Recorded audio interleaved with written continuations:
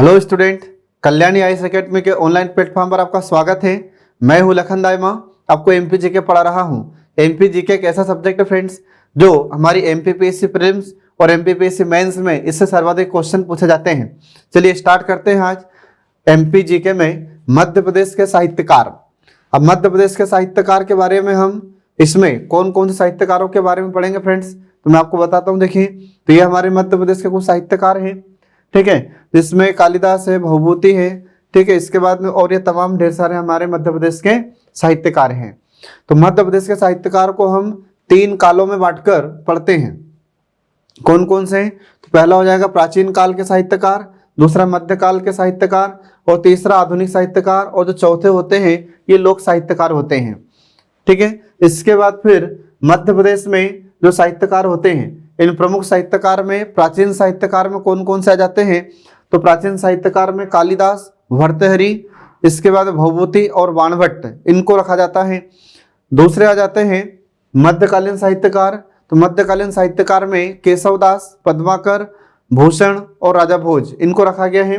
फिर इसके बाद में आधुनिक साहित्यकार में मखनलाल चतुर्वेदी, सुभद्रा कुमारी चौहान, बालकृष्ण शर्मा नवीन, हरिशंकर परसाई, इसके बाद में शरद जोशी, फिर गजानंद माधव मुक्तिबोध और शिवमंगल सिंह सुमन, और भी कई हमारे मध्य प्रदेश में साहित्यकार हैं। इसके बाद फिर अगले जाते मध्य प्रदेश के लोक साहित्यकार। तो मध्य प्रदेश के लोक साहित्यकारों में जगनिक, सिंगाजी, घाघ, इसुरी, इनके बारे में हम पढ़ते हैं। स्टार्ट करते हैं मध्य प्रदेश के प्राचीन साहित्यकार। तो मध्य प्रदेश के प्राचीन साहित्यकारों में सबसे पहले हैं कालिदास। कालिदास ये बहुत ही इंपॉर्टेंट फ्रेंड्स, इनसे क्वेश्चन बार बार एग्जाम में पूछा जाता है। तो एग्जाम में पूछा जाता है कि महाकवि कालिदास का जन्म कहाँ पर हुआ था? तो इनका जन्म उज्जैन में हुआ था। ध्यान रखना, कब जन्म हुआ था? तो इसमें हमारे विद्वानों का एक मत नहीं है, न ही इनके जन्म तिथि के बारे में कोई जानकारी प्राप्त होती है, ठीक है। तो यहाँ पर आप जो पिक्चर देख रहे हैं, इमेज देख रहे हैं, ये किसकी इमेज है? तो कालिदास की इमेज है फ्रेंड्स, इनको याद रखना। हमारे मध्य प्रदेश में ये संस्कृत के महान कवि थे और नाटककार थे, इसलिए इन्हें हमारे भारत का शेक्सपियर कहा जाता है। इसको याद रखना फ्रेंड्स, एग्जाम में आपसे क्वेश्चन पूछा जाता है कि भारत का शेक्सपियर किसे कहते हैं? तो कालिदास को कहा जाता है। ये किसके दरबारी कवि थे? ये हमसे एग्जाम में बार बार क्वेश्चन पूछा जाता है। तो ये उज्जैन में गुप्त वंश का शासक चंद्रगुप्त द्वितीय या उसी को विक्रमादित्य कहा जाता है, इनके दरबार में रहते थे। और राजा विक्रमादित्य के दरबार में 9 बड़े बड़े विद्वान रहते थे जिन्हें नवरत्न कहा जाता था। उन नवरत्नों में से एक हमारे कालिदास भी थे। इनको याद रखना फ्रेंड्स, एग्जाम में आपसे क्वेश्चन पूछा जाता है। इसके बाद फिर कालिदास की रचनाएं कौन कौन सी हैं? तो कालिदास की रचनाओं में देखिए, इनकी रचनाओं को 3 पार्ट में डिवाइड किया गया है। महाकाव्य में, खंड काव्य में और नाटक में, 3 पार्ट में इनकी रचनाओं को डिवाइड किया जाता है। तो पहली रचना देखिए यहाँ पर इनकी महाकाव्य में। तो महाकाव्य में कौन कौन सी रचनाएं इनकी होती है? तो रघुवंशम और कुमार संभवम, ये इनकी रचनाएं होती फ्रेंड्स। इसके बाद फिर दूसरा खंड काव्य। खंड काव्य में ऋतु संहारम, मेघदूतम, और इसके बाद फिर नाटक। तो नाटक में अभिज्ञान शाकुंतलम, विक्रमोर्वशीयम और मालविक अग्निमित्रम, ये इनके नाटक होते हैं। इनके महाकाव्य में देखिए सबसे पहले रघुवंशम। तो फ्रेंड्स आपको याद रखना होगा कि महाकाव्य किसे कहा जाता है? तो सीधी सी बात, एक लाइन में इसको याद रखना कि इसका क्षेत्र बड़ा होता है महाकाव्य का, ठीक है। और जो भी पात्र होता है उस पात्र का महान होना आवश्यक है, या जो नायक है उसका महान होना आवश्यक है, और कुलीन वंश का होना चाहिए, ठीक है, और कम से कम 8 सर्ग इसमें होना चाहिए। इसे महाकाव्य कहा जाता है। तो महाकाव्य से संबंधित इनकी कौन कौन सी रचनाएं हैं? तो इनका पहला महाकाव्य देखिए यहाँ पर कुमार संभवम। तो इनको याद रखना, एग्जाम में आपसे क्वेश्चन पूछा जाता है कि कालिदास का निम्नलिखित में से कौन सा एक महाकाव्य है? तो ये 2 इनके महाकाव्य हैं, ठीक है, इनको याद रखना। अब जो कुमार संभवम है, इसमें इन्होंने किसका वर्णन किया है? तो महाकवि कालिदास ने इसमें भगवान शंकर और माता पार्वती के पुत्र कार्तिकेय की कथा का वर्णन उन्होंने इसमें किया है। तो यदि आपसे एग्जाम में क्वेश्चन पूछा जाता है कि कालिदास ने कुमार संभवम में किसका वर्णन किया है? तो कुमार कार्तिकेय का वर्णन किया है। इसको याद रखना, ये हमारे कालिदास का प्रथम महाकाव्य है। तो एग्जाम में यदि आपसे क्वेश्चन पूछा जाता है कि कालिदास का पहला महाकाव्य कौन सा है? तो ये है कुमार संभवम। इसमें किसका वर्णन है? तो भगवान शंकर माता पार्वती के पुत्र कार्तिकेय का वर्णन है। इसके बाद फिर दूसरा आता है रघुवंशम। इसमें किसका वर्णन किया कालिदास जी ने?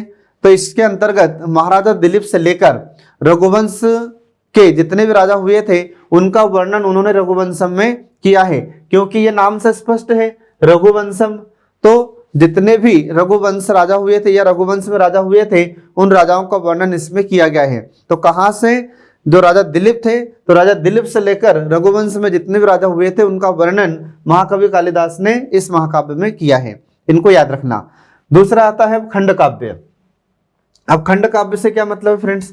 तो खंड काव्य का क्षेत्र छोटा होता है और इसमें नायक का महान होना आवश्यक नहीं है। ठीक है, ये इसकी विशेषता होती है। अब इनके खंड काव्य में पहला खंड काव्य देखिए ऋतु संहारम। अब ये नाम से स्पष्ट फ्रेंड्स, तो ऋतु संहारम मतलब इसमें किसका वर्णन किया उन्होंने? ऋतुओं का। तो इसमें कितनी ऋतुओं का वर्णन किया हमारे कालिदास जी ने? तो इसमें 6 ऋतुओं का वर्णन किया है। इनके नाम आपको ध्यान रखना है। तो कौन कौन सी ऋतुएं इसमें होती हैं? तो इसमें ग्रीष्म ऋतु, वर्षा ऋतु, शरद ऋतु, हेमंत ऋतु, शिशिर ऋतु और बसंत ऋतु। ये 6 ऋतुओं का वर्णन कालिदास जी ने किया है। और इन 6 ऋतुओं में सर्वश्रेष्ठ इन्होंने किसको बताया है? तो इन्होंने बसंत ऋतु को बताया है। और इसी ऋतु संहारम में कालिदास जी ने बसंत ऋतु को ऋतुराज कहा है। तो इसको याद रखना। अगर आपसे क्वेश्चन पूछा जाता है कि कालिदास जी ने ऋतुराज किसे कहा है, तो बसंत ऋतु को कहा है। कौन से काव्य में? ये ऋतु संहारम खंड काव्य में कहा है। इसको याद रखना। अगला आता है मेघदूतम। और जो मेघदूतम होता है तो इसमें किसका वर्णन किया कालिदास जी ने? तो इसमें कालिदास जी ने यक्ष का वर्णन किया है। तो जो यक्ष रहता है वह अपनी प्रेमिका को संदेश भेजता है। तो संदेश कहाँ से भेजेगा? तो रामगिरी जो पर्वत होता है, रामगिरी या विंध्याचल पर्वत होता है, यहाँ से बादलों के माध्यम से, मेघ के माध्यम से संदेश भेजता है अपनी प्रेमिका को। कौन भेजता है? यक्ष भेजता है। तो इसी में ध्यान रखना, कालिदास जी ने वियोग श्रृंगार का उपयोग किया है या वियोग श्रृंगार रस का वर्णन इस मेघदूतम में किया है। इसको याद रखना। एग्जाम में आपसे यदि क्वेश्चन पूछा जाता है कि कालिदास जी ने यक्ष का वर्णन किस खंड काव्य में किया है, तो आपको याद रखना है मेघदूतम। तो यहाँ पर जो मेघदूतम शब्द है इसका मतलब ही क्या है कि मेघ दूत है। ठीक है, मेघ मतलब बादल है और दूत मतलब दूत है। तो बादल यहाँ पर संदेश देते हैं। किसको देते हैं? तो यक्ष की प्रेमिका को देते हैं। ठीक है, इसको याद रखना। इसके बाद फिर अगला जाता नाटक। अब कालिदास जी के नाटक कौन कौन से हैं इसमें? तो इसमें देखिए, इसमें नाटक में पहला मालविकाग्निमित्रम। मालविकाग्निमित्रम की रचना भी कालिदास जी ने की है और ये इनकी पहली रचना है, याद रखना। एग्जाम में यदि आपसे क्वेश्चन पूछा जाता है कि कालिदास जी का पहला नाटक कौन सा था, तो मालविकाग्निमित्रम इनका पहला नाटक था। इसमें किसका किसका वर्णन किया है? तो देखो यहाँ पर जो लिखा है मालविकाग्निमित्रम मतलब मालविका धन अग्निमित्र बराबर होता है मालविकाग्निमित्रम। तो इसमें मालविका और शुंग वंश के राजा अग्निमित्र का वर्णन इन्होंने इसमें किया है। किसमें? मालविकाग्निमित्रम में। और इसी ग्रंथ से हमें शुंग वंश के बारे में जानकारी प्राप्त होती है, ये आपको इसमें ध्यान रखना है। इसके बाद फिर अगला जाता है अभिज्ञान शाकुंतलम। अब अभिज्ञान शाकुंतलम ये कालिदास का सबसे प्रसिद्ध नाटक है। तो यदि आपसे क्वेश्चन पूछा जाता है कि कालिदास का सर्वाधिक प्रसिद्ध नाटक कौन सा है, तो अभिज्ञान शाकुंतलम है। इसमें किसका वर्णन किया उन्होंने? तो इसमें दुष्यंत और शकुंतला की प्रेम कहानी का वर्णन उन्होंने इसमें किया है। तो यदि आपसे क्वेश्चन पूछा जाता है कि अभिज्ञान शाकुंतलम में कालिदास जी ने किसका वर्णन किया है, तो इसमें दुष्यंत का और शकुंतला का प्रेम का वर्णन किया है। तो इसको याद रखना आप लोग, एग्जाम में आपसे क्वेश्चन पूछ सकता है। इसके बाद में इसी में इन्होंने लिखा है कि राजा दुष्यंत रानी शकुंतला का परित्याग कर देता है और कुछ समय के बाद इनका पुनः मिलन हो जाता है या पुनर्मिलन हो जाता है। इसका वर्णन भी इन्होंने कालिदास जी ने अभिज्ञान शाकुंतलम में ही किया है, ये आपको इसमें याद रखना है। इसके बाद फिर अगला आ जाता है विक्रमोर्वशीयम। अब विक्रमोर्वशीयम में किसका वर्णन किया है कालिदास जी ने? तो इसमें पृथ्वीलोक या मृत्युलोक के राजा पुरूरवा तथा देवलोक की अप्सरा उर्वशी का वर्णन कालिदास जी ने इसमें किया है। तो यदि आपसे एग्जाम में क्वेश्चन पूछा जाता है कि कालिदास जी ने विक्रमोर्वशीयम में किसका वर्णन किया है, तो इसमें राजा पुरूरवा और देवलोक या फिर इंद्रलोक की अप्सरा उर्वशी का वर्णन उन्होंने इसमें किया है, ये आपको इसमें याद रखना है। तो बहुत ही इंपॉर्टेंट फ्रेंड्स, ये एग्जाम में आपसे बार बार इनसे क्वेश्चन पूछा गया है। इसके बाद फिर अगले देखिए इसमें भवभूति। अगले साहित्यकार हैं हमारे मध्य प्रदेश में प्राचीन काल के भवभूति।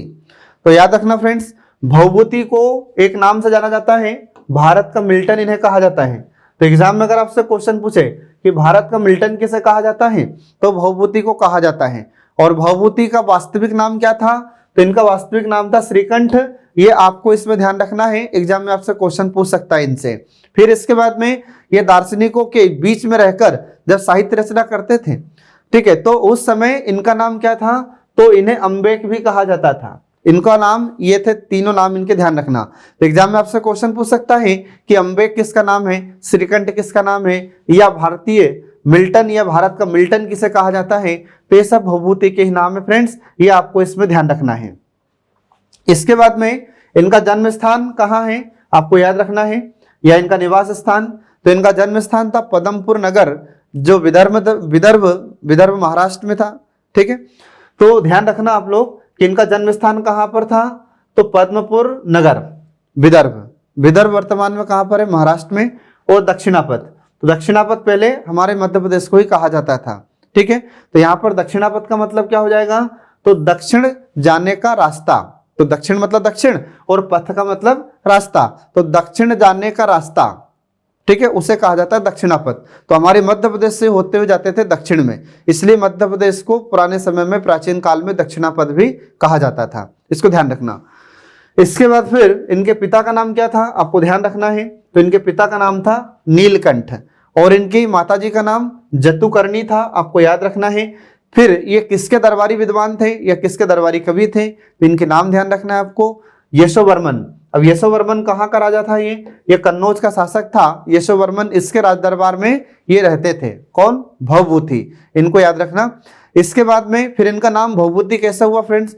तो इनकी एक विशिष्ट पद्य रचना थी, तो पद्य रचना के कारण इनका नाम हुआ भवभूति।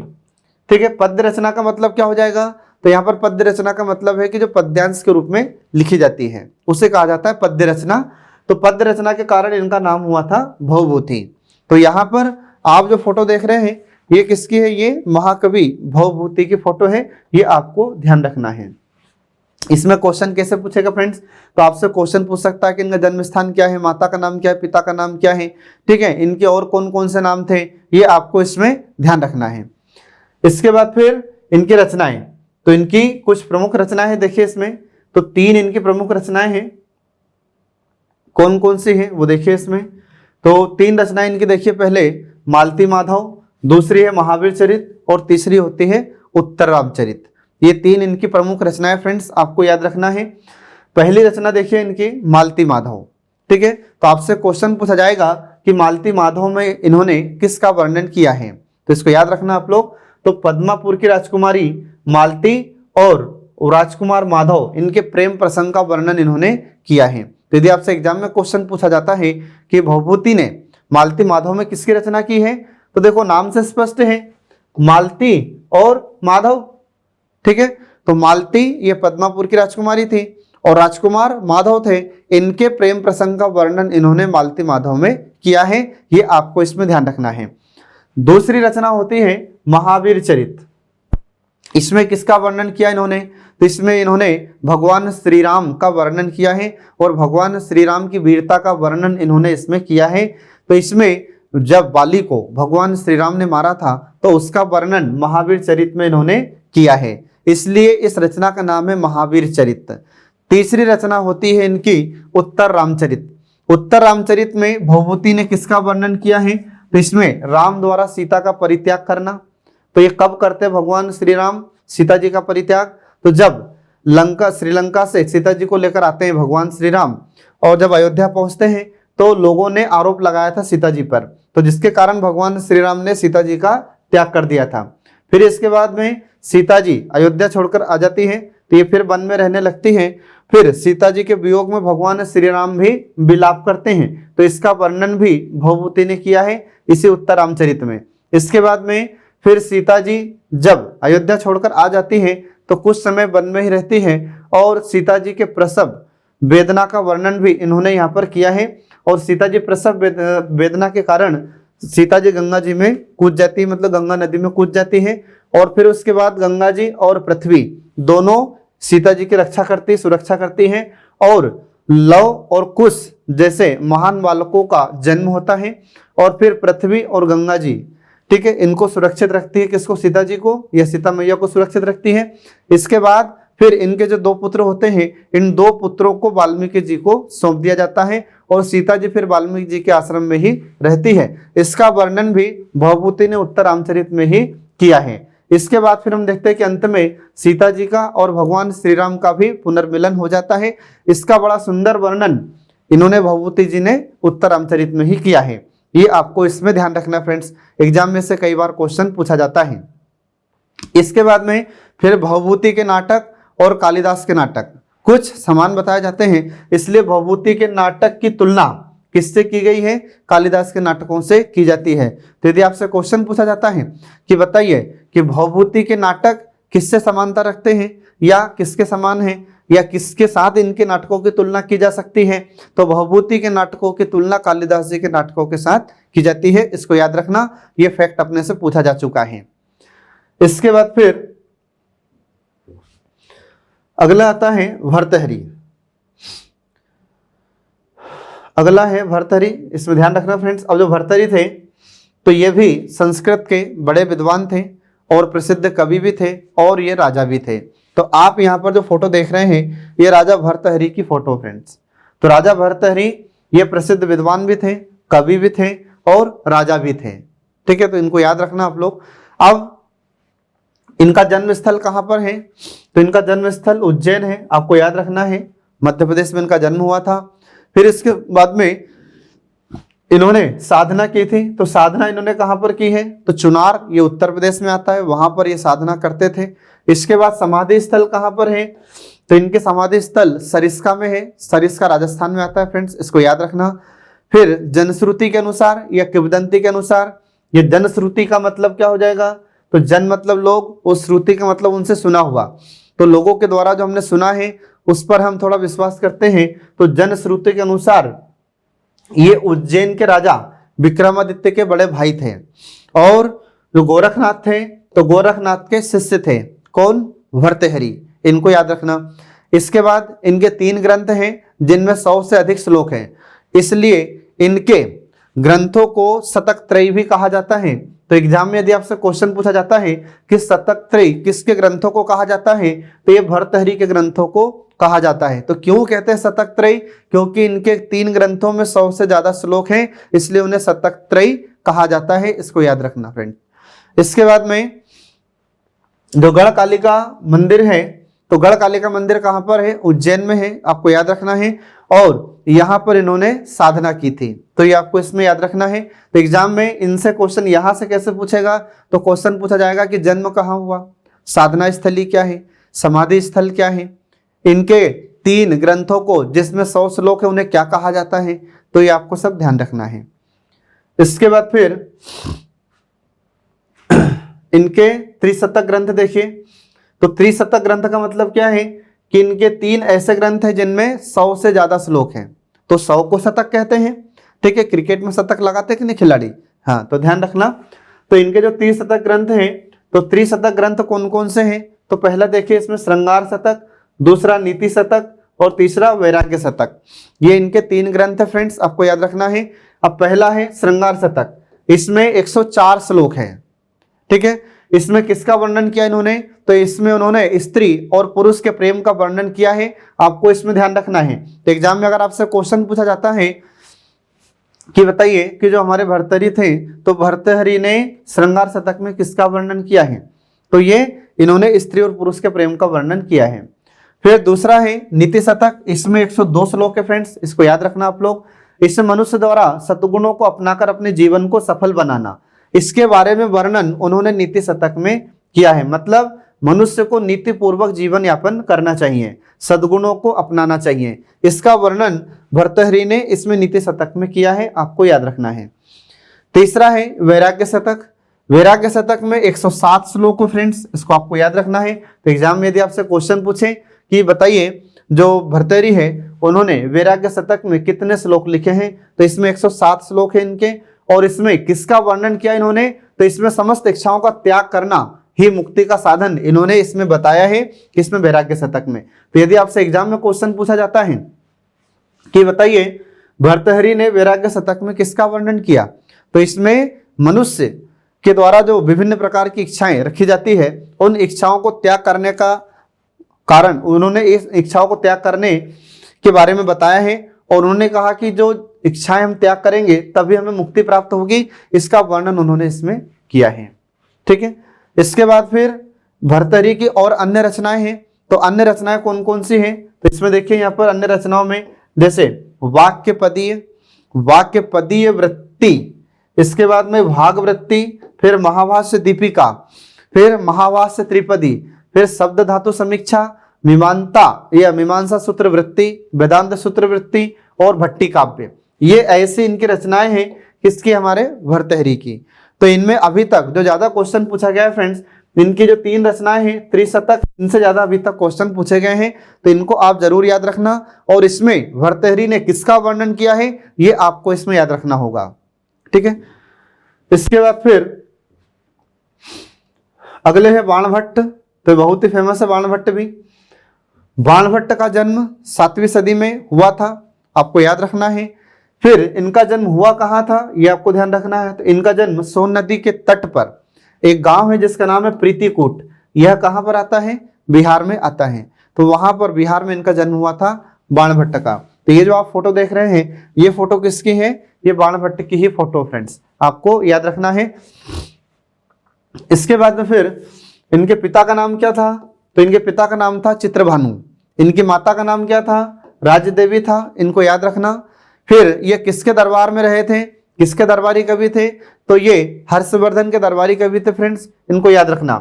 और हर्षवर्धन ने ही इन्हें कवि चक्रवर्ती की उपाधि दी थी। तो आपसे एग्जाम में क्वेश्चन पूछ सकता है कि इनको कवि चक्रवर्ती की उपाधि किस एक राजा ने दी थी? तो राजा हर्षवर्धन ने इन्हें कवि चक्रवर्ती की उपाधि दी थी, आप याद रखना इसको। इसके बाद में बाणभट्ट ने अपनी रचनाओं में किसका वर्णन किया है? तो इन्होंने प्रकृति का बहुत ही सुंदर वर्णन अपनी रचनाओं में किया है, इसलिए इन्हें साहित्य के वनांचल का केसरी कहा जाता है। यदि आपसे एग्जाम में क्वेश्चन पूछा जाता है कि साहित्य के वनांचल का केसरी किसे कहा जाता है, तो ये बाणभट्ट को कहा जाता है। इनकी प्रमुख रचनाएं हैं, तो प्रमुख रचनाओं में हर्षचरित, कादंबरी और मुकुट ताड़ी तक, या कहीं पर मुकुट ताड़ित भी लिखा रहता है, तो कंफ्यूज मत होना इसमें। ठीक है, ये इनकी प्रमुख रचनाएं हैं। अब इनकी प्रमुख रचनाओं में सबसे पहले हम शुरू करते हैं हर्षचरित को।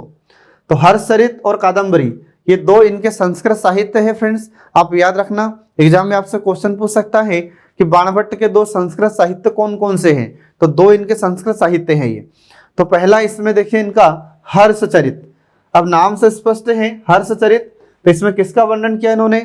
हर्षवर्धन का वर्णन किया, क्योंकि राजा हर्षवर्धन के दरबारी कवि थे, ये हर्षवर्धन के दरबार में रहे थे, तो इसलिए इन्होंने एक रचना लिखी जिसका नाम हुआ हर्षचरित।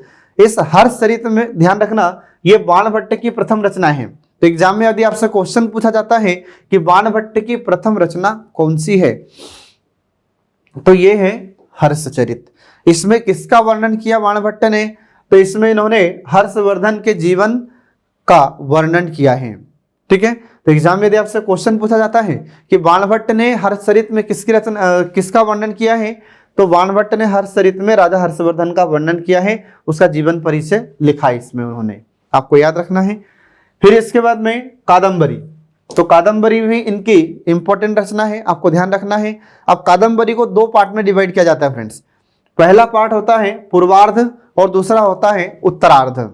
ये 2 पार्ट में इसको डिवाइड किया गया है, तो ध्यान रखना ये दोनों पार्ट ही आपको याद रखना है। अब जो पूर्वार्ध है, तो पूर्वार्ध मतलब पहले और उत्तरार्ध मतलब बाद में।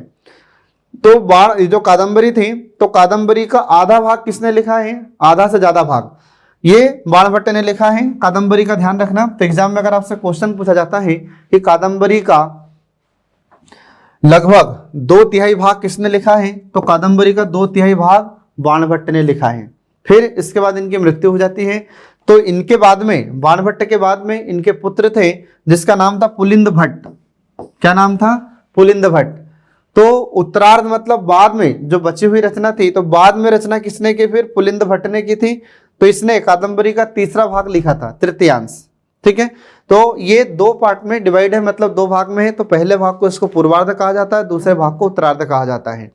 तो पूर्वार्ध की रचना किसने की थी, तो आपको याद रखना है बाणभट्ट ने।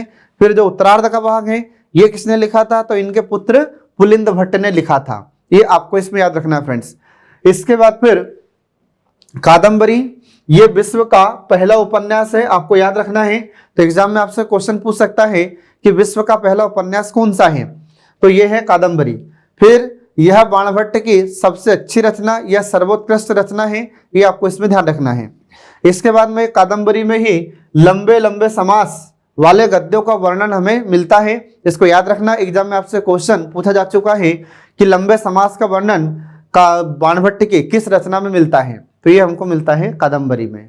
ठीक है, तो इसको ध्यान रखना फ्रेंड्स, एग्जाम में आपसे क्वेश्चन इनसे पूछा जाता है।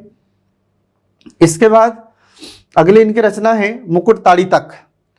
तो मुकुट ताड़ितक या मुकुट ताड़ित दोनों ही सही है, इसमें कंफ्यूज मत होना। क्या है ये बाणभट्ट का, ये नाटक है फ्रेंड्स, आपको इसमें याद रखना है।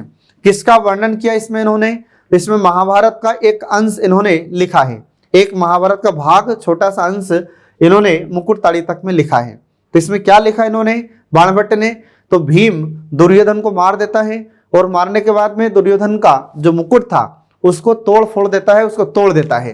तो इसका वर्णन बाणभट्ट ने इस मुकुट ताड़ितक में किया है। ठीक है, और अन्य रचनाएं कौन कौन सी हैं, तो अन्य रचनाएं इनकी पार्वती परिणय और चंडी शतक, ये इनकी रचनाएं हैं। ठीक है, तो अभी तक जो ज्यादा इनकी रचनाएं पूछी गई है वो तीन रचनाएं इनकी पूछी गई है। कौन कौन सी, हर्षचरित, कादंबरी और मुकुट ताड़ितक, ये तीन इनकी रचनाएं अभी तक एग्जाम में ज्यादा पूछी गई फ्रेंड्स, इनको याद रखना आप लोग। इसके बाद फिर अगले आता है मध्यकालीन साहित्यकार।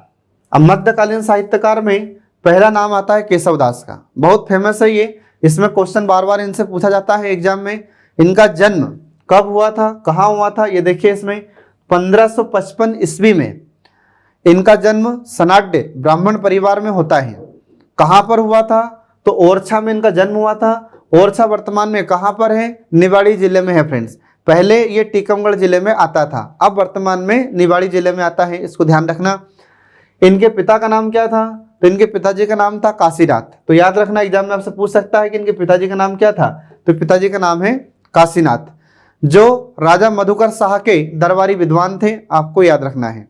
और केशवदास किसके दरबारी विद्वान थे, तो ये राजा इंद्रजीत सिंह के दरबारी विद्वान थे और राजा इंद्रजीत सिंह के ही गुरु भी थे केशवदास। आप याद रखना, एग्जाम में आपसे क्वेश्चन पूछ सकता है कि केशवदास किसके गुरु थे, तो इंद्रजीत सिंह के गुरु थे। किसके दरबारी विद्वान थे, तो इंद्रजीत सिंह के दरबारी विद्वान थे। ठीक है, इसको याद रखना। इनकी मृत्यु कब हो जाती है, तो 1617 ईस्वी में इनकी मृत्यु हो जाती है केशवदास की। और जो मुगल बादशाह था जहांगीर, तो मुगल बादशाह जहांगीर का संरक्षण इन्हें प्राप्त था, ये आपको याद रखना है। तो ये जो आपको फोटो दिखाई जा रही है ये है केशवदास की। ठीक, तो केशवदास का जीवन परिचय हम यहाँ पर पढ़ रहे हैं, तो इनको ध्यान रखना। एग्जाम में क्वेश्चन अपने से पूछा जा चुका है कि किसके दरबारी विद्वान थे और किस मुगल बादशाह का संरक्षण इन्हें प्राप्त था, तो ये दोनों फैक्ट आपको याद रखना है। इसके बाद फिर आगे इनकी रचनाएं देखिए, इनकी रचनाएं कौन कौन सी हैं, तो इनकी रचनाएं कुछ इंपोर्टेंट है, ये देखिए इसमें। तो पहली रचना देखिए इनकी रामचंद्रिका। तो एग्जाम में हमसे क्वेश्चन इनसे पूछा गया है कि रामचंद्रिका किसकी रचना है, तो केशवदास की रचना है। इसमें किसका वर्णन किया इन्होंने, तो इसमें भगवान श्री राम का वर्णन किया है, अर्थात राम कथा का वर्णन इसमें उन्होंने किया है। और राम ईश्वर न होकर मानव रूप में अपनी लीला का वर्णन इसमें इन्होंने किया है। तो इसमें ध्यान रखना, भगवान श्री राम ने पृथ्वी लोक में आए और मानव रूप में उन्होंने अपनी लीलाएं की थी। तो मानव रूप में जो लीलाएं उन्होंने की है उस लीला का वर्णन केशवदास ने रामचंद्रिका में किया है, ये आपको ध्यान रखना है। इसके बाद रसिक प्रिया, रसिक प्रिया में इन्होंने किसका वर्णन किया है, तो ये रस प्रधान काव्य फ्रेंड्स, इसको याद रखना। और इसमें नायिका के भेद का वर्णन इन्होंने किया है। इसके बाद फिर कवि प्रिया, तो कवि प्रिया इनका ये लक्षण ग्रंथ है, इसको ध्यान रखना। इसके बाद फिर विज्ञान गीता, तो विज्ञान गीता में किसका वर्णन किया इन्होंने, तो ये दर्शन संबंधी ये काव्य ग्रंथ है, आपको याद रखना। इसके बाद फिर आश्रयदाताओं की प्रशंसा में लिखे गए कुछ ग्रंथ हैं केशवदास के द्वारा, जिसमें पहली रचना है रतन बावनी, दूसरी जहांगीर जस चंद्रिका, इसके बाद फिर वीर सिंह देवचरित। ये इनकी रचनाएं हैं किससे संबंधित, तो जिन आश्रयदाताओं ने इन्हें आश्रय दिया था। तो आपसे क्वेश्चन पूछ सकता है कि केशवदास ने अपनी कौन कौन सी रचनाओं में आश्रयदाताओं का वर्णन किया है, तो ये इनकी 3 रचनाएं हैं, तो ये आपको इसमें ध्यान रखना है, ठीक है।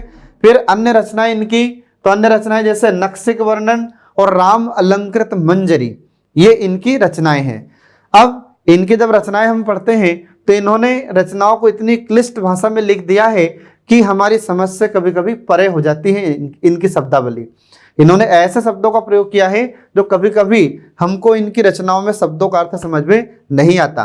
अर्थात इन्होंने अपनी कविताओं में, अपनी रचनाओं में क्लिष्ट भाषा का उपयोग किया है, इसलिए इन्हें कठिन काव्य का प्रेत कहा जाता है। तो एग्जाम में हमसे कई बार क्वेश्चन पूछा गया है कि कठिन काव्य का प्रेत किसे कहा जाता है, तो ये केशवदास को कहा जाता है फ्रेंड्स, आप इसको याद रखना। इसके बाद फिर अगले आते हैं पद्माकर।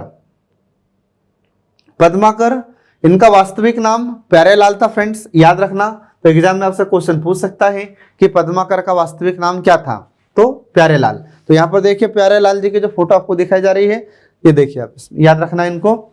इनका जन्म कब हुआ था, तो इनका जन्म 1753 ईस्वी में हुआ था। कहाँ हुआ था, सागर में। सागर मध्य प्रदेश में आता है, पता ही आपको। इसके बाद इनके पिताजी का नाम क्या था, तो पंडित मोहनलाल भट्ट इनके पिता का नाम था। इनकी मृत्यु 1833 में हो जाती है, 1833 में इनकी मृत्यु हो गई थी, आप इनको याद रखना। इसके बाद इन्हें किस किस का राज्याश्रय प्राप्त था, तो जिन जिन राज्यों का इन्हें आश्रय प्राप्त था उनके ध्यान रखना नाम। तो पहला नाम इसमें आ जाता है नोने अर्जुन सिंह, ठीक है। तो ये राज्य आश्रय है फ्रेंड्स, ये म नहीं है, यह है, ठीक है, राज्याश्रय। तो इनको राज्याश्रय प्राप्त है किसका किसका, तो नोने अर्जुन सिंह, सुगरा, बुंदेलखंड के थे ये। फिर इसके बाद में रघुनाथ राव या राघोबा, ये सतारा के थे, सतारा महाराष्ट्र में आता भी है अभी भी। इसके बाद फिर प्रताप सिंह तथा इनका पुत्र जगत सिंह, यह जयपुर के थे। इनका संरक्षण पद्माकर को प्राप्त था, या इनका आश्रय इन्हें प्राप्त था। इसके बाद में पद्माकर को ही कविराज शिरोमणि की उपाधि इन्होंने दी थी। तो किसने दी थी, प्रताप सिंह ने, आपको याद रखना है। तो एग्जाम में आपसे क्वेश्चन पूछ सकता है कि बताइए पद्माकर को कविराज शिरोमणि की उपाधि किसने दी थी, तो जो प्रताप सिंह राजा थे जयपुर के, इन्होंने इसको उपाधि दी थी, ध्यान रखना। फिर इसके बाद में अगले राजा थे भीम सिंह, ये उदयपुर के राजा थे, इनका भी संरक्षण इन्हें प्राप्त था। फिर इसके बाद मध्य प्रदेश में आ जाते हैं तो दौलत राव सिंधिया, ग्वालियर के थे, इनका भी संरक्षण इन्हें प्राप्त था। इनकी कुछ रचनाएं हैं, तो रचनाएं कौन कौन सी हैं, तो गंगा लहरी, यमुना लहरी, जगत विनोद, राम रसायन और हितोपदेश, ये इनकी रचनाएं फ्रेंड्स, किनकी, पद्माकर जी की। ये नाम आपको इसमें याद रखना है। तो ज्यादातर तो इनकी रचनाएं पूछी जाती है, इनकी रचनाओं को ध्यान रखना। एग्जाम में बार बार इनकी रचनाओं को ही रिपीट किया जाता है, ठीक है, आपको याद रखना है। इसके बाद फिर अगले भूषण। अब भूषण का उपनाम क्या था, तो भूषण का उपनाम जटाशंकर था, याद रखना। एग्जाम में कभी कभी इनके उपनाम भी हमसे पूछ लेते हैं। इसके बाद इनका जन्म कब हुआ था, तो 1613 ईस्वी में इनका जन्म होता है, आप याद रखना। कहां पर हुआ था, ये भी पूछ लेता है। तो तिकवापुर कानपुर, तो कानपुर कहाँ आता है फ्रेंड्स, कानपुर यूपी में आता है, और कानपुर के पास ही है तिकवापुर, वहां पर इनका जन्म हुआ था भूषण का। तो ये जो फोटो आपको दिखाई जा रही है, ये इमेज है किसकी, भूषण की, आप याद रखना इनको। इनके पिता का नाम रत्नाकर था, ध्यान रखना। और इन्हें भूषण की उपाधि किसने दी थी, तो भूषण की उपाधि चित्रकूट के राजा थे रुद्रराज, तो रुद्रराज राजा ने इन्हें भूषण की उपाधि दी थी, याद रखना। एग्जाम में आपसे क्वेश्चन पूछ सकता है कि इन्हें भूषण की उपाधि किसने दी है, ठीक है। इसके बाद फिर इनकी मृत्यु कब हो जाती है, तो मृत्यु इनके 1715 ईस्वी में हो जाती है, आप याद रखना। इसके बाद भूषण को बुंदेला शासक छत्रसाल का भी संरक्षण प्राप्त था, ध्यान रखना। इसके बाद भूषण ने बहुत सारी रचनाएं लिखी हैं, तो कौन से रस में इन्होंने रचनाएं लिखी हैं, तो वीर रस में इन्होंने रचनाएं लिखी हैं, आपको याद रखना है। इनकी रचनाएं कौन कौन सी हैं, तो इनकी रचनाएं शिवराज भूषण, शिवा बावनी, इसके बाद फिर छत्रसाल, दशक, फिर भूषण हजारा और दूषण हजारा, भूषण विलास, ये इनकी रचनाएं हैं फ्रेंड्स। तो इसमें छत्रराज, ये छत्रसाल और शिवराज भूषण और शिवा बावनी, ये इनकी इंपॉर्टेंट रचनाएं हैं। ये आपसे एग्जाम में बार बार पूछी जाती है, ये आपको इसमें याद रखना है। इसके बाद फिर अगले हैं राजा भोज। तो राजा भोज ये हमारे मध्य प्रदेश के हैं, सभी लोग जानते ही हैं। इनका जन्म 1000 ईस्वी में हुआ था। कहां पर हुआ था? उज्जैन में हुआ था। इनके पिता का नाम क्या था? सिंधुराज। तो यहाँ पर आप जो इमेज देख रहे हैं, ये किसकी इमेज है? ये राजा भोज की ही इमेज है फ्रेंड्स। तो आप इसको याद रखना।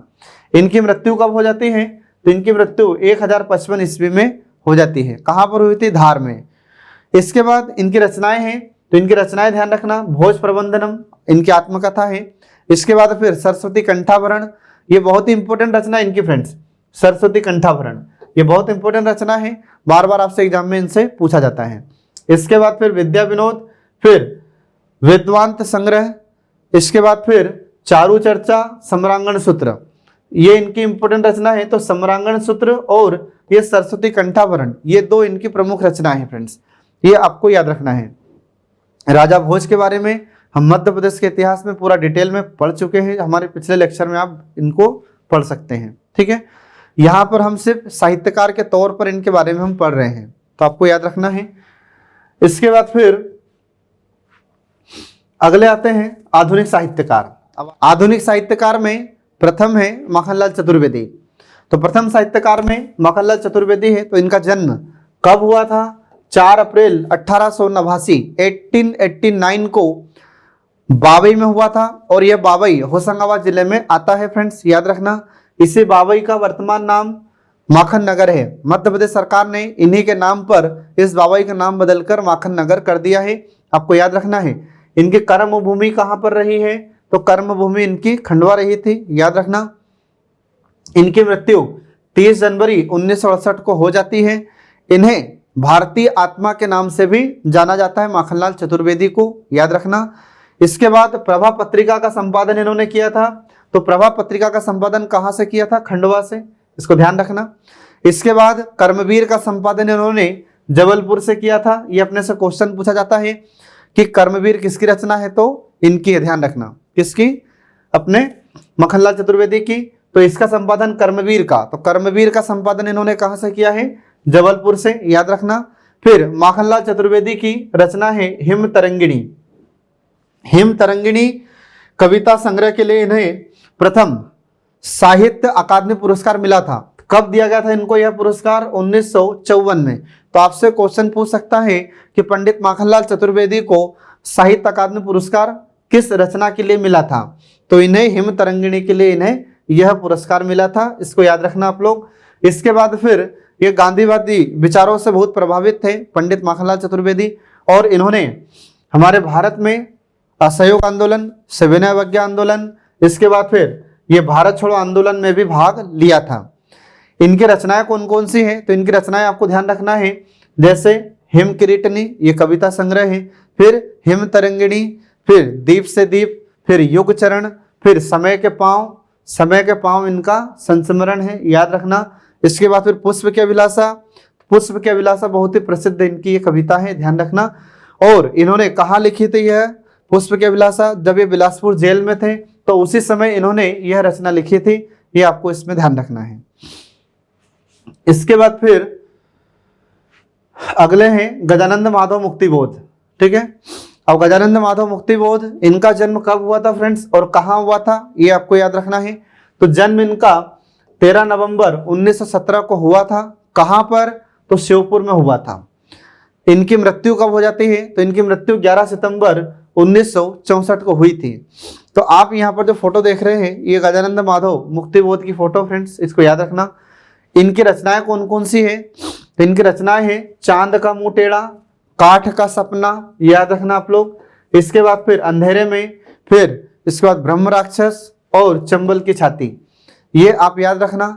तो ज्यादातर एग्जाम में इनकी रचनाओं के बारे में आपसे पूछा जाता है, तो इनको ध्यान रखना आप लोग।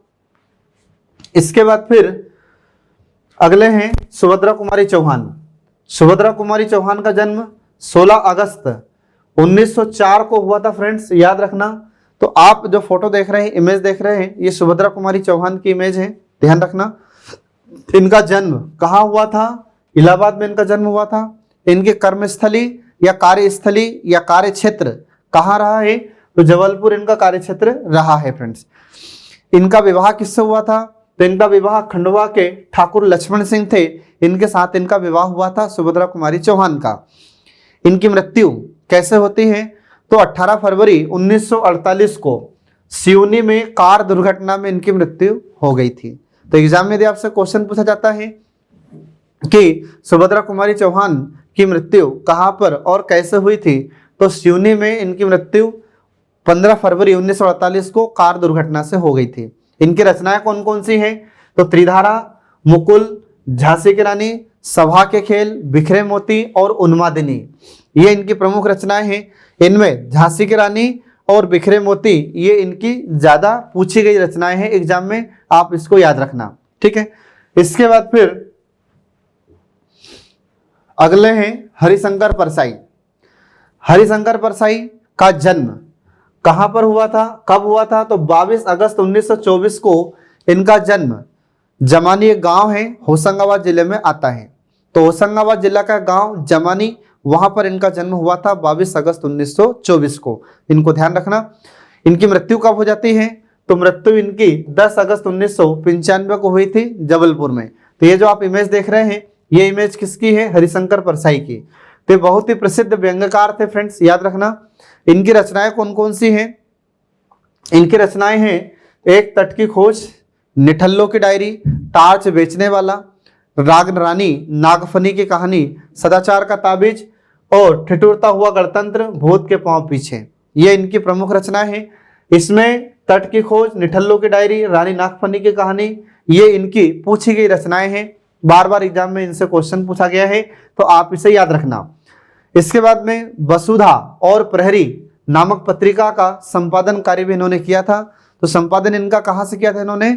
जबलपुर से। तो आपको याद रखना फ्रेंड्स, एग्जाम में आपसे क्वेश्चन पूछ सकता है कि वसुधा और प्रहरी पत्रिका का संपादन इन्होंने कहां से किया था? तो जबलपुर से किया था, ठीक है।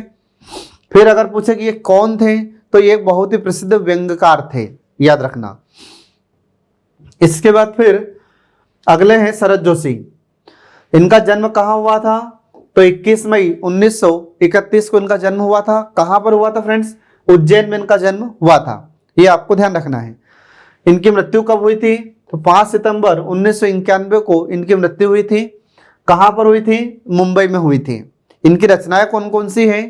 तो इनकी रचनाएं हैं परिक्रमा, जीप पर सवार इल्लियां। ये जीप पर सवार इल्ली इनकी बहुत ही प्रसिद्ध रचना फ्रेंड्स, याद रखना। ये बार बार एग्जाम में क्वेश्चन इससे पूछा जाता है ये रचना से कि जीप पर सवार इल्लियां ये किसकी रचना है? तो ये शरद जोशी की रचना है। फिर एक था गधा और अंधों का हाथी। इसके बाद फिर तिलिस्म, जादुई दुनिया। इसके बाद फिर किसी बहाने और राह किनारे बैठे और मैं और केवल मैं, ये इनकी रचना है। तो इनमें से 2 रचनाएं इनकी बहुत प्रसिद्ध है, एग्जाम में बार बार क्वेश्चन इनसे पूछा जाता है। एक तो पहली है जीप पर सवार इल्लियां और दूसरी है इनकी अंधों का हाथी। ये ज्यादा पूछी गई रचना है एग्जाम में, तो आपको याद रखना है। इसके बाद फिर अगले हैं बालकृष्ण शर्मा नवीन। तो ध्यान रखना फ्रेंड्स, इनका नाम है बालकृष्ण शर्मा, नवीन इनकी उपाधि थी। तो यहाँ पर देखिए जो आपको इमेज दिखाई जा रही है बालकृष्ण शर्मा की, और नवीन इनकी उपाधि है, ध्यान रखना। तो इनका जीवन परिचय हम शुरू करते हैं। इनका जन्म 8 दिसंबर 1897 को हुआ था। कहां पर जन्म हुआ था फ्रेंड्स? तो शाजापुर में इनका जन्म हुआ था। इनकी मृत्यु कब हुई थी? तो 29 अप्रैल 1960 को इनकी मृत्यु हुई थी, बालकृष्ण शर्मा नवीन की। इनके इसके बाद फिर ध्यान रखना, ये लोकसभा के भी सदस्य रहे हैं, राज्यसभा के भी सदस्य रहे हैं और हमारी संविधान सभा के भी सदस्य ये रहे थे, ये आपको ध्यान रखना है। इनकी रचनाएं कौन कौन सी हैं? तो रचनाएं इनकी कुमकुम, रश्मि रेखा, आपलक और उर्मिला, ये इनकी रचनाएं हैं, याद रखना आप लोग। एग्जाम में ये कुमकुम रचना इनकी बार बार पूछी जाती है, ठीक है, तो इसको याद रखिएगा आप लोग। इसके बाद फिर अगले है भवानी प्रसाद मिश्र। भवानी प्रसाद मिश्र का जन्म 29 मार्च 1913 को हुआ था। ठीक है, कब? 29 मार्च 1913 को इनका जन्म हुआ था, भवानी प्रसाद मिश्र का। कहां पर हुआ था? तो ग्राम टिगरिया में। ये टिगरिया कहां पर आता है फ्रेंड्स? ये आता है होशंगाबाद जिले में। आप याद रखना, एग्जाम में इससे क्वेश्चन पूछा गया है। तो यहाँ पर जो इमेज आपको दिखाई जा रही है, ये इमेज देखिए, इसमें ये किसकी इमेज है? भवानी प्रसाद मिश्र की ही इमेज है, ध्यान रखना। फिर इसके बाद में इनकी मृत्यु कब होती है? तो 20 फरवरी 1985 को इनकी मृत्यु हो जाती है। कहां पर हुई थी? नरसिंहपुर में इनकी मृत्यु हुई थी। इनकी रचनाएं कौन कौन सी हैं? तो गीत फरोश, सन्नाटा और बुनी हुई रस्सी और सतपुड़ा के घने जंगल, ये इनकी प्रसिद्ध रचनाएं फ्रेंड्स। तो एग्जाम में कई बार आपसे क्वेश्चन पूछा गया है कि सतपुड़ा के घने जंगल किसकी रचना है? तो सतपुड़ा के घने जंगल ये भवानी प्रसाद मिश्र की रचना है। इसके बाद बुनी हुई रस्सी, ये बार बार एग्जाम में क्वेश्चन इससे पूछा गया है, ये बार बार रचनाएं पूछी जाती है, कौन सी बुनी हुई रस्सी को। ठीक है, तो ये दो रचनाएं इनकी आपको याद रखना है, एक तो सतपुड़ा के घने जंगल और बुनी हुई रस्सी। ये दो इनकी बहुत ही प्रसिद्ध रचना है। और इसी बुनी हुई रस्सी रचना के लिए इन्हें 1972 में साहित्य अकादमी पुरस्कार मिला था। तो एग्जाम में यदि आपसे क्वेश्चन पूछा जाता है कि भवानी प्रसाद मिश्र को किस रचना के लिए साहित्य अकादमी पुरस्कार मिला था, तो बुनी हुई रस्सी के लिए इन्हें साहित्य अकादमी पुरस्कार दिया गया था। कब मिला था इन्हें यह पुरस्कार? 1972 में, 1972 में यह पुरस्कार इन्हें मिला था फ्रेंड्स, याद रखना। इसके अलावा और कई पुरस्कार और सम्मान से इन्हें विभूषित किया गया था या सम्मानित किया गया था, आप इनको याद रखना। इसके बाद इनका कार्यक्षेत्र कहां पर रहा है? तो कार्यक्षेत्र इनका वर्धा रहा है। ये वर्धा कहां आता है वर्तमान में? महाराष्ट्र में। इसके बाद में 1942 में इन्होंने भारत छोड़ो आंदोलन में भाग लिया था। गांधी जी के द्वारा चलाया गया यह आंदोलन था, भारत छोड़ो आंदोलन। तो इसमें भी भवानी प्रसाद मिश्र ने भाग लिया था। तो इनको आप याद रखना फ्रेंड्स, एग्जाम में बार बार क्वेश्चन इनसे पूछा जाता है। इसके बाद फिर अगला है मुल्ला रमूजी। तो अगले हैं मुल्ला रमूजी, ये बहुत ही फेमस है। तो इनका जन्म और इनका पूरा नाम क्या था, कहां पर इनका जन्म हुआ था, ये देखिए इसमें जरा। तो इनका पूरा नाम था मोहम्मद सिद्दीकी मुल्ला रमूजी, ये इनका पूरा नाम है फ्रेंड्स। तो एग्जाम में आपसे क्वेश्चन पूछ सकता है कि मुल्ला रमूजी का पूरा नाम क्या था। तो इनका पूरा नाम था मोहम्मद सिद्दीकी मुल्ला रमूजी, ये इनका नाम था। जन्म कहाँ कब हुआ था? तो इनका जन्म 21 मई 1896 को हुआ था। कहां पर हुआ था फ्रेंड्स? तो ये भोपाल में हुआ था, ये याद रखना। इनकी मृत्यु कब होती है? तो इनकी मृत्यु 10 जनवरी 1952 को भोपाल में ही हुई थी। ठीक है, याद रखना। इनकी रचनाएं कौन सी थी? तो ध्यान रखना, इनकी जितनी भी रचनाएं उर्दू में थी और गुलाबी उर्दू के जनक इन्हें कहा जाता है। तो एग्जाम में आपसे क्वेश्चन पूछा जाता है कि गुलाबी उर्दू के जनक कौन है? तो ये थे मुल्ला रमूजी। इसके बाद फिर इनकी रचनाएं, तो इनकी रचनाएं ध्यान रखना, लाठी और भैंस, औरत जात, फिर इसके बाद में अंगूरा, मुसाफिर खाना, ये इनकी प्रमुख रचनाएं हैं। तो इसको ध्यान रखना फ्रेंड्स, ये एग्जाम में क्वेश्चन पूछा गया इससे, किससे? लाठी और भैंस से और औरत जात से। ये दो इनकी प्रमुख रचनाएं हैं जो इनसे क्वेश्चन पूछा जा चुका है, तो इनको ध्यान रखना आप लोग। ठीक है, इसके बाद फिर अगले हैं आचार्य नंद दुलारे वाजपेयी। आचार्य नंद दुलारे वाजपेयी का जन्म कब होता है? तो इनका जन्म 27 अगस्त 1906 को हुआ था। कहां पर इनका जन्म हुआ था? तो मगरायर एक स्थान का नाम है, उन्नाव जिला है और राज्य उत्तर प्रदेश है। तो इनको ध्यान रखना। तो एग्जाम में यदि आपसे क्वेश्चन पूछा जाता है कि आचार्य नंद दुलारे वाजपेयी का जन्म कहां हुआ था, तो उत्तर प्रदेश में। उत्तर प्रदेश में जिला उन्नाव है, उन्नाव में एक ग्रामीण क्षेत्र था मगरायर, वहां पर इनका जन्म हुआ था। तो ये जो तस्वीर आप देख रहे हैं, ये इमेज किसकी है? ये आचार्य नंद दुलारे वाजपेयी की इमेज है, आप याद रखना। फिर इनकी मृत्यु कब होती है? तो 21 अगस्त 1967 को इनकी मृत्यु उज्जैन में हुई थी। इनकी कर्मस्थली कहां पर रही है? तो इनकी कर्मस्थली या इनका कार्यक्षेत्र भी उज्जैन ही रहा है, ये आपको ध्यान रखना है। इनकी रचनाएं कौन सी है? तो इन्होंने जो रचनाएं लिखी है, इनकी ज्यादातर रचनाएं साहित्यकारों पर ही आधारित है। ठीक है, साहित्यकारों पर ही इन्होंने रचनाएं लिखी थी, जैसे जयशंकर प्रसाद। तो जयशंकर प्रसाद पर आधारित इन्होंने रचना लिखी है। तो रचना का नाम भी क्या रखा इन्होंने? रचना का नाम भी था जयशंकर प्रसाद। दूसरी इनकी रचना है प्रेमचंद। तो मुंशी प्रेमचंद पर आधारित इन्होंने रचनाएं लिखी है, इसलिए उन्होंने इसका नाम क्या रखा? प्रेमचंद।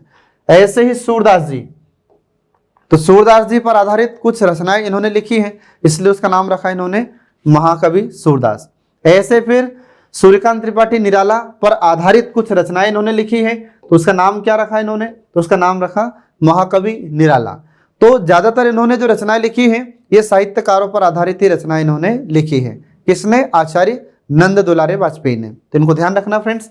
इसके बाद फिर अब आ जाते हैं मध्य प्रदेश के लोक साहित्यकार। तो मध्य प्रदेश के लोक साहित्यकारों में सबसे पहला नाम है घाघ का। ठीक है, तो घाघ के जन्म को लेकर हमारे साहित्यकारों में मतभेद है, इनका कोई भी एक निश्चित जन्म स्थान हमें प्राप्त नहीं हुआ है। इसके बाद फिर इनकी कहानी कृषि से संबंधित है तथा ये अकबर के समकालीन रहे हैं। तो इन्होंने जो कहानियां लिखी है वो किस पर आधारित है, सब कृषि पर आधारित है। तो घाघ के बारे में कहा जाता है कि घाघ को कृषि का बहुत अच्छा ज्ञान था।